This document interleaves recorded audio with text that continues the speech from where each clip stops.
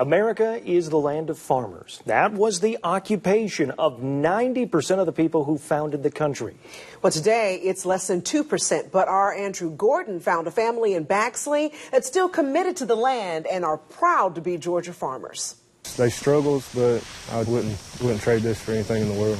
Cotton is his main crop, but Ryan Powers farms 1,750 acres. That includes corn, peanuts, soybeans, cattle, and chickens too.